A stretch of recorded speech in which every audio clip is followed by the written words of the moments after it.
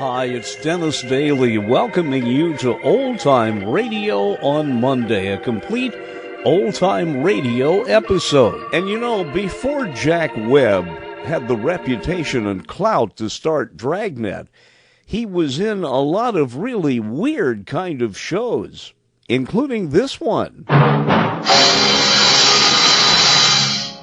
Pat Novak, for hire.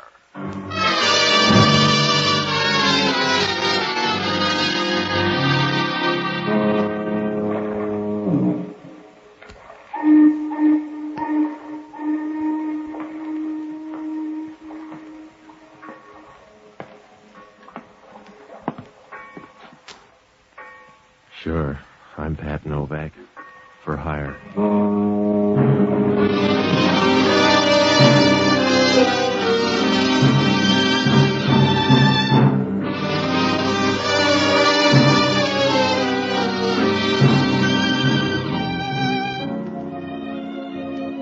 That's what the sign out in front of my office says. Pat Novak, for hire. Down on the waterfront in San Francisco, billing doesn't mean much. Everybody's got the same act. They're all out to turn a fast buck, and when you're in business down here, everything but murder is a parlor trick. Once in a while, your eyelids get sore from winking it too much, but it's a living.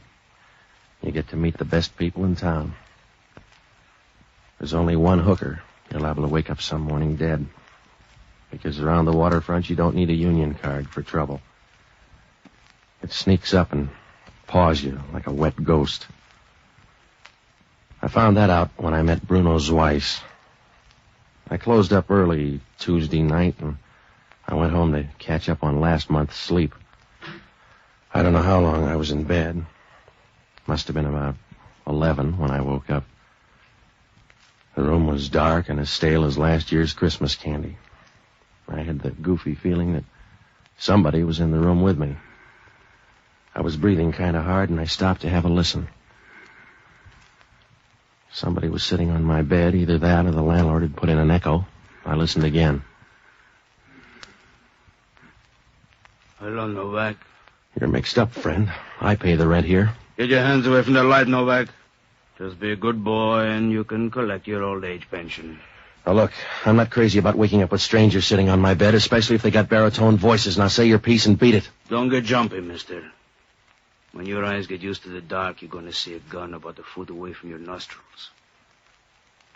I want the keys to your boat, Novak. Get 'em in the morning at $25 a smell. I want them now.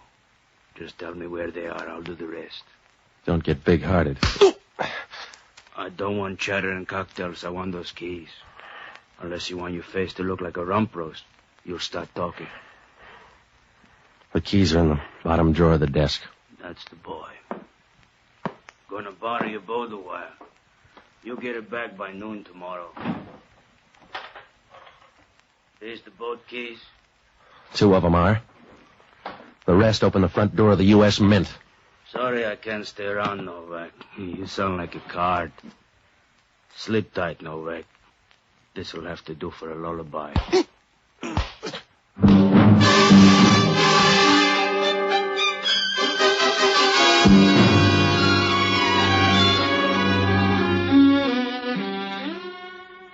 He didn't even give me time to pick a dream. I stretched out on the floor as dead as a Philadelphia nightclub.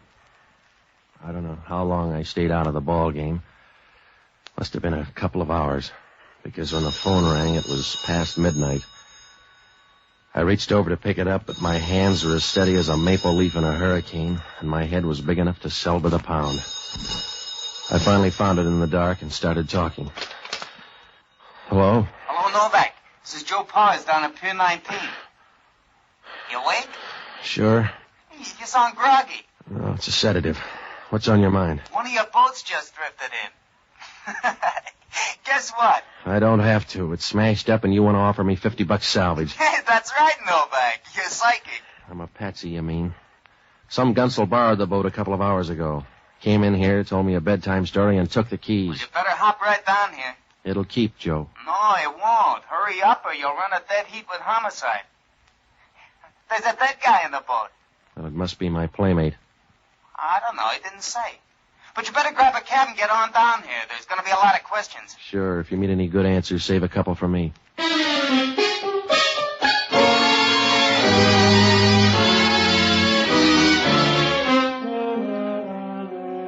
From now on, there was no waste motion. I knew that.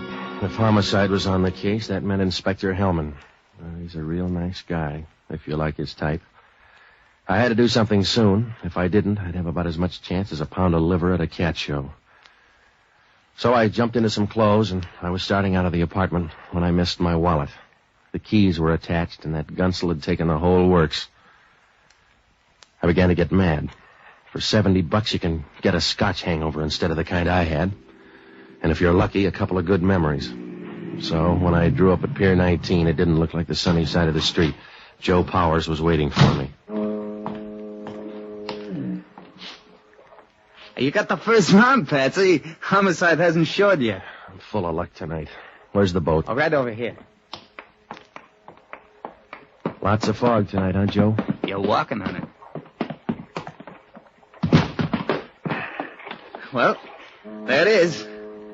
How's your insurance, Patsy? All right, except I'm not carrying any on that dead guy. Who is he, Joe? I don't know. He's your passenger. You roll him. All right, give me a hand. No, push him over on the other side, will you, so I can get in the pocket?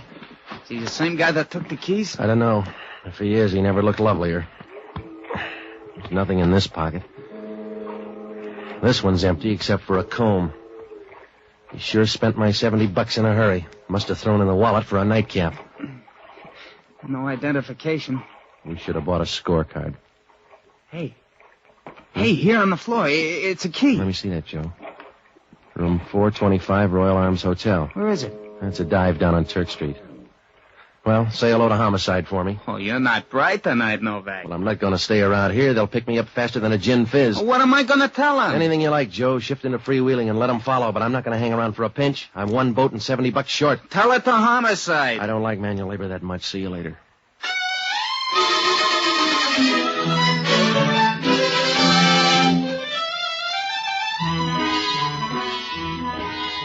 I started for the Royal Arms Hotel, and on the way I picked up the only honest guy I know, a bottle baby by the name of Jocko Madigan.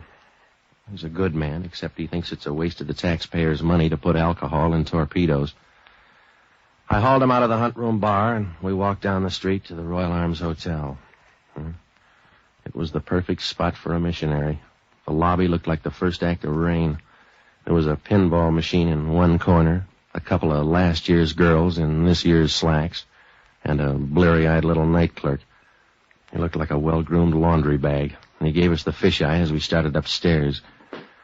Room 425 was down at the end of the hall.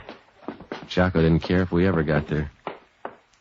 Patsy, we have no business coming up here. We're in search of fool's gold. We're in search of my $70. Exactly. I view you as my penance, Patsy, the sackcloth for a misspent life. If you can shake off that buzz, you'll find out I'm in trouble. You'll always be in trouble because you're a patsy, and you're dangerous because you move in the twilight zone between good and evil without any predisposition toward either one. Yeah, all right. Here it is.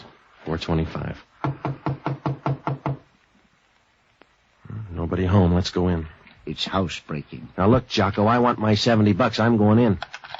Patsy, sometimes you terrify me. I think you'd pick the lock to the gates of heaven. I would if they had my $70. Come on. The guy's dead down in my boat. We won't hurt his feelings. We'll just nose around a minute and get up. It was a pretty room if you like dead women on your rugs. She was stretched out in a pale yellow dressing gown, as quiet as an April morning and twice as pretty. A dull red scar ran across her temple where somebody had laid an iron shovel. She didn't belong in this hotel because she was wearing a necklace and a bracelet that left a gap in somebody's pocket. And from the ringside, she looked all right. Jocko noticed it, too. She has lots of character. Yeah, but where's my $70? She's a nightclub dancer. How do you know? Her picture's plastered all over the wall there. She's the headliner at El Palateo, Miss Rita Malloy. I wonder who the guy on the desk is there. Boyfriend, probably. Let's get out of here, Patsy. Oh, wait a minute. How about that dead guy in the boat? Where does he fit in? I'll listen to that one, Novak. Oh, Hellman. What happened to the girl? She die laughing at you? It's Rita Malloy, a piece of change from the El Palateo. Uh-huh. Got a hat, Novak? No. Then you're all ready. Come on. Oh, get your brain lined up and look at her. She's been dead a couple of hours. You're still eligible, Novak. On your way down, you can explain that guy at Pier 19. Oh, you can't be that dumb, Hellman. I'm smart enough to see you peeking over the 8-ball. You look like a 10-to-1 shot, Novak, and I got my money on you all the way. If you're going to make this thing add up, you can't do it alone. I'll try. Well, that's what Firpo said. So I don't look good on this one. I'll look worse if I leave it up to you. You couldn't find a hangnail if you knew what hand it was on. You got 24 hours, Novak. I'm going to piece things together, and then I'm going to make a pinch. Pick out a soft spot. Yeah? Yeah. Stay near the phone. If it rings and a man answers, that'll be homicide. Good night.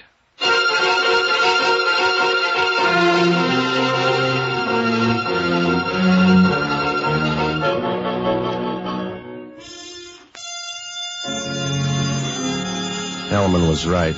I looked like a sure bet for the rotogravure section. I was beginning to run out of silver linings, and I knew it. I didn't have an answer for anything. The guy in the boat was still a stranger, and Rita Malloy was still dead. I was sitting in the middle of a high-stake game with a pair of trays. When we left the hotel room, I had the funny feeling that there was something wrong back there. I didn't know what. I just knew there was something wrong, the way you feel when you pick up the wrong hat and put it on.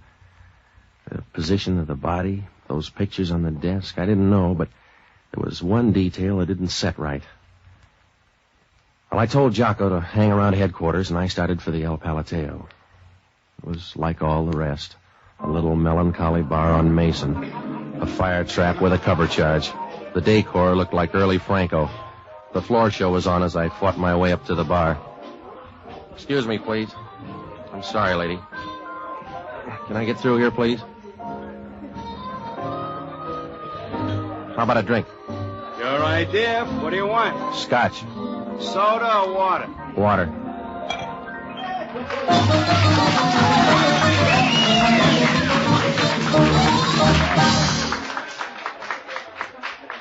You got a nice club here. We like it. 80 cents. Too bad about Rita Malloy. Yeah.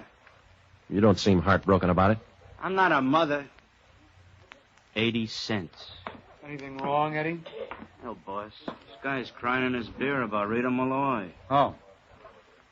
I'm Manny Ryan. You own the club? A piece of it. My name's Novak. Call me Patsy at the moment. The police think I killed Rita Malloy. When you go on trial, Mr. Novak? I don't. That's why I came down here, to find out which one of your people killed her. I see. She was mixed up to her ears with some thick hoodlum. You, Mr. Novak? No, a guy right out of your set.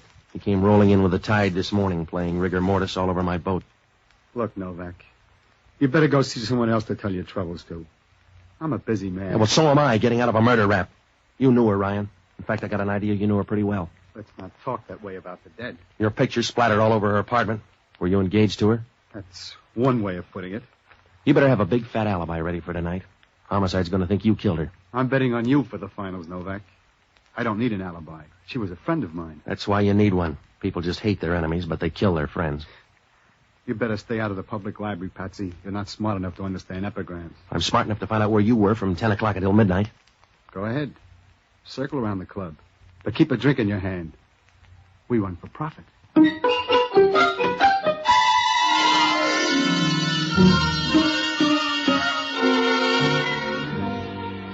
I didn't get much out of the doorman. He wanted a first mortgage to talk, but one of the busboys opened up.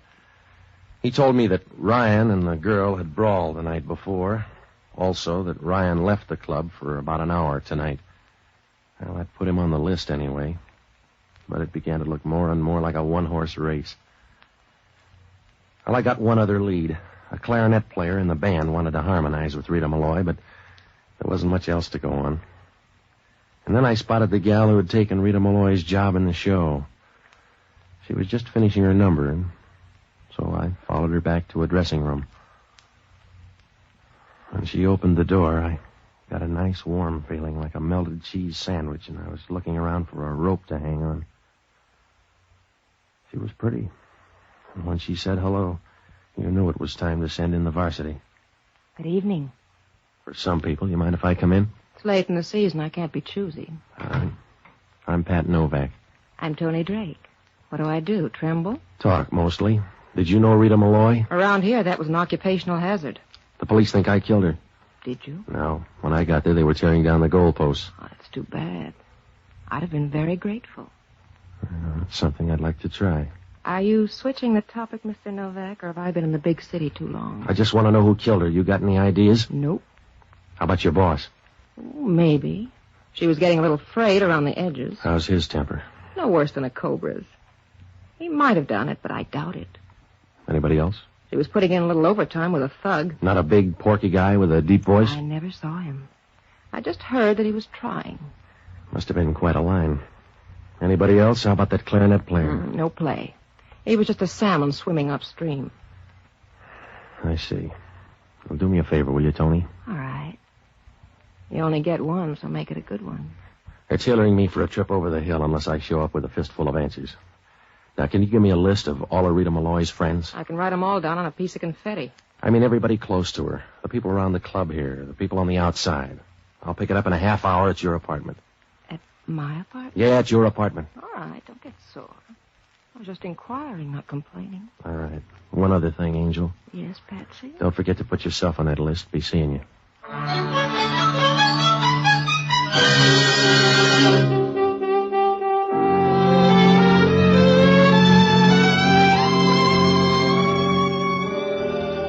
Well, it was good to get out of there. When she started walking towards you felt like a shovel full of scrap iron in a Pittsburgh blast furnace.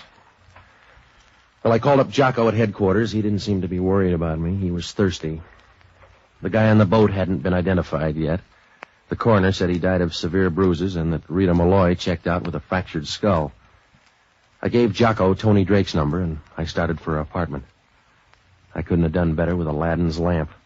She had the list and a bottle on hand. I went over the list with her, and then it turned out she had insomnia.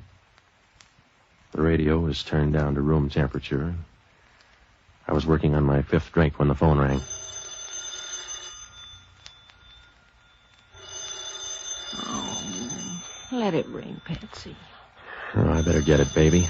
I think you're a sissy. No, prison pallor wouldn't look good on me. Hello? Patsy? Yeah? Are you busy? Well, depends on your point of view. What's up? I'm not tearing you away from that list of suspects. Let's have it, Jocko.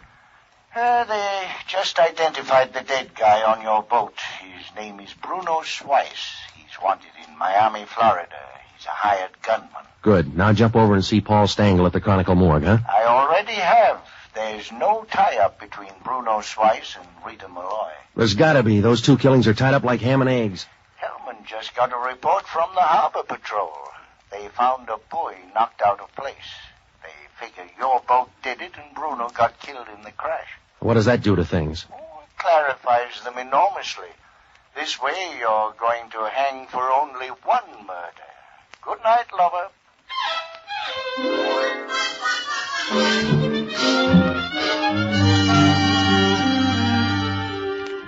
I knew Jocko was right. Hellman could rig me as long as he had only one case to work on. He's a single-celled animal, and this was just about big enough to fit into his brain. Well, I left Tony's apartment, and I walked over to the El Palateo.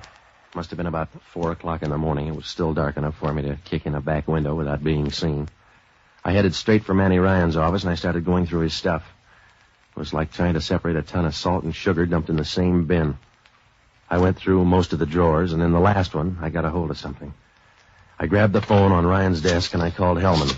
Well, I wasn't sure, but I figured he could try this one on for size anyway.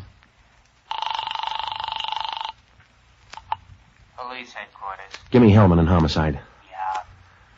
They must have put their best men on his trail because they found him inside a half hour. Hello, Novak. I'm in Manny Ryan's office. He owns the El Palateo. I just rifled his desk. It's a minor offense for you. I got a hold of last month's phone bill. Guess what? It's too high. The office put through 2 calls to Key West, Florida, the last part of this month. 4 o'clock. I'm barely interested. Go ahead. Bruno's Weiss hired out as a gunman. San Francisco is a long way from home plate. That means somebody sent for him. And you're trying to put the finger on Manny Ryan. That's right. That silver frame you picked up at Rita Malloy's, take a look at the guy in it. That's her boyfriend, Manny Ryan. We'll check on it. In the meantime, keep squirming, Novak. You look pretty. Oh, you're smooth, Hellman. Smart talk's not going to keep you out of the chair, Novak. Stay handy. We've only got a short extension cord. Yeah, well... Hello, Hellman.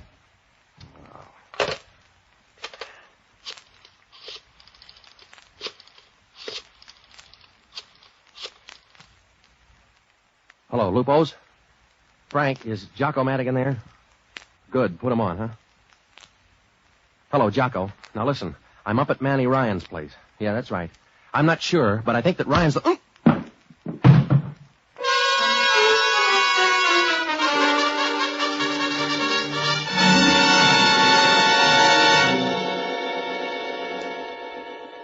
My head must have looked like a jackpot. Everybody in town was hitting it.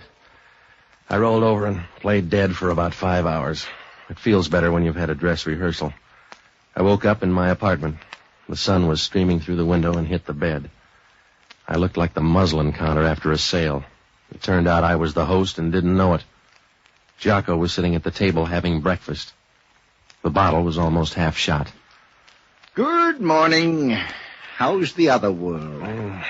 Can't you leave that stuff alone? Do you have a headache? Of course I have a headache. Well, I haven't, so stop lecturing me. How'd I get up here? I dragged you here by the heels. I met all the other hucksters on the way. All right, stop being funny and help me up, huh? I am the victim of a common error. You don't like me because I'm not entertaining when I drink. You don't object to my drinking. You object to my lack of wit. Oh, shut up. Well, it's discouraging to be condemned on moral principle when it's really a flaw in nature. By the way, I think they're going to arrest you for the murder of Rita Malloy. What about Ryan? I've recommended clemency. All right, come on. What about Ryan? You bungled it. By the time Hellman got to him, he had an alibi all framed. The calls to Key West could have been made by anybody in the club, and Ryan's covered for the time of the murder. How about the others? They look good, too.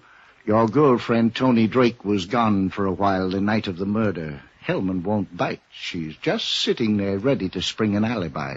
That's right. With legs like that, she can dig up a cousin. You better get worried, Patsy. I am. The El Palateo is a dead-end street. I don't know where to go from there. That guy Bruno in the boat could help. There's some connection between Bruno's Weiss and Rita Malloy. You're the only connection I can think of. Yeah. Hello, Novak. This is Hellman. Yeah? You were right about Bruno's Weiss and Rita Malloy. We just went through her safety deposit box. I'll bet you handled the money. She had a clipping on Bruno's Weiss from a Miami paper, 1937. Go on.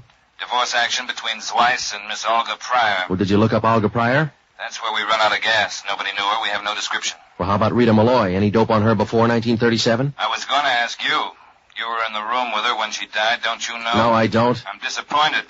I figured you to know a little about her habits. Huh? You wrote the book, mister. I figured you for an answer. Yeah, I got one. And you just gave it to me, Hellman. Huh? Meet me at the El Palateo in a half hour. Now, if you're a real good boy, I'll tell you who killed Rita Malloy. Are you going to be there? Yeah. That's all I want to know, Novak.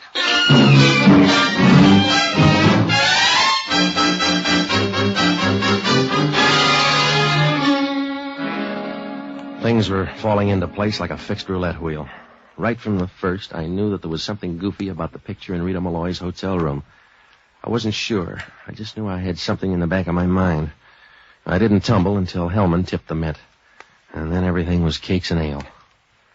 I sent Jocko up to room 425 in the Royal Arms Hotel, and I told him to get a description of every dress in the closet. I checked at the desk, and I got the name of Rita Malloy's cleaners. I ducked over there, and I got a list of every dress that she turned in for 3 months. I met Jocko, and we compared the list of dresses. Well, it jibed fine, except for one thing. There was a missing white dress. It had been to the cleaners before. It wasn't there now, and it wasn't in that hotel room. Well, we went over to the El Palateo to find it. Jocko didn't want to buy the scheme at all. Patsy, I protest the notion of breaking into a lady's dressing room. Stop worrying, will you? She's not going to be there. Then it's futile as well as immodest. Besides, how do you know Rita didn't throw away the dress? I'll give you better than track odds on that one, Jocko. Here we are. Come on. Now, look, you take the closets and find that white dress. I'm going through the desk for grease paint. You should be going through a woman's closet. It's more in the nature of things. Just look, huh? There's enough grease paint here for the whole Iroquois tribe. Did you find anything? Yes. What's this? Just look for the white dress, Jocko. Hey, what's that in the corner? Where? Over here. I don't see anything. Well, down here, look, see? Oh. Well. That feels good, doesn't it, Jocko? Like a spell of perfect weather. Same grease paint? Well, it won't take us long to check. Here, you open a couple of these jars. Don't forget your apron, Patsy. Hello, Tony. What are you doing? Getting ready to build a fire under you? You're going to make nice smoke, too. I liked you better when you were dumb, Patsy. You don't look good with a Ph.D. Oh, put away the gun, baby. Remember, this is your second trip to the plate. Give me the dress, Patsy. It won't fit. Don't worry about that. Just toss it over by the door here. I'll do better. I'll bring Stay it. where you are, Patsy. It's my ticket out, chum. You're a good guy, Patsy. Stay out of my way. It's your role, baby. Patsy, please stay away from me. Come on, give me that gun. Patsy, please. Give me that gun. Sorry, Patsy. That's all I could do.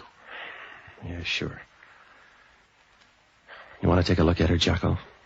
Put her down on the floor. Yeah. What do you say, Jocko? No dice. Well, you can't win them all, Tony. You play too rough, Patsy. You still got a good batting average, Novak. Hello, Hellman. You better make a fast pinch. She do it? Yeah. She got kind of clumsy in the last round, didn't she? Not at all, Copper. They had me coming and going. When you're as far back as I am, they don't pick up the option. Let's get out of here, Jocko. I'll check with you later, Hellman. Be a good boy, Patsy. I'm going to miss you.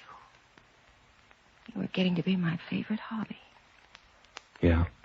I don't know how you were on the distance stuff, but you were sure something on the sprints. Yeah. Be nice to her, Copper. She could go in the mud herself.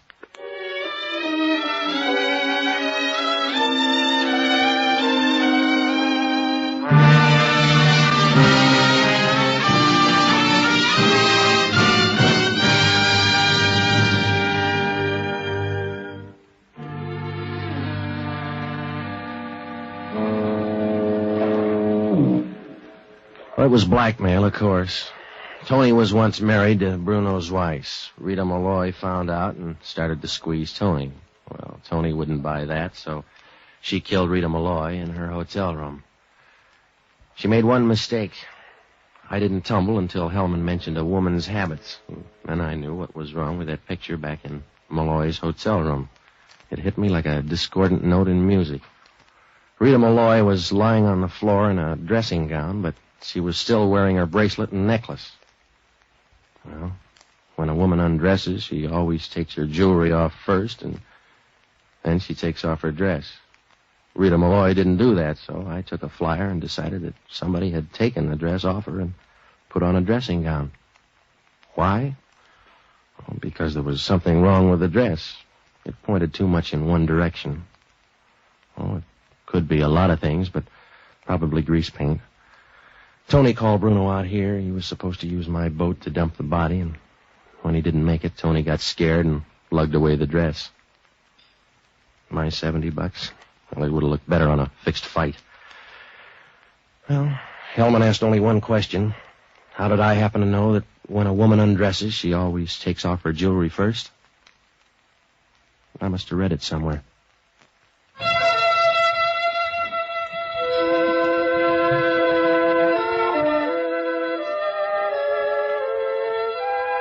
The Armed Forces Radio Service has just brought you Pat Novak for Hire, starring Jack Webb.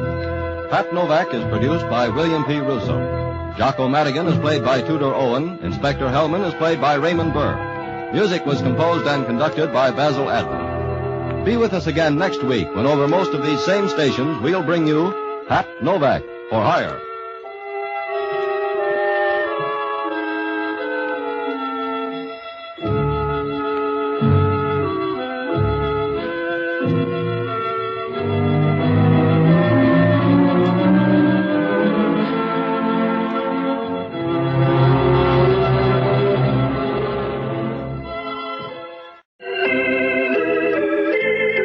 Join me every Monday at this time for a new complete old-time radio episode from the archives of old-time radio.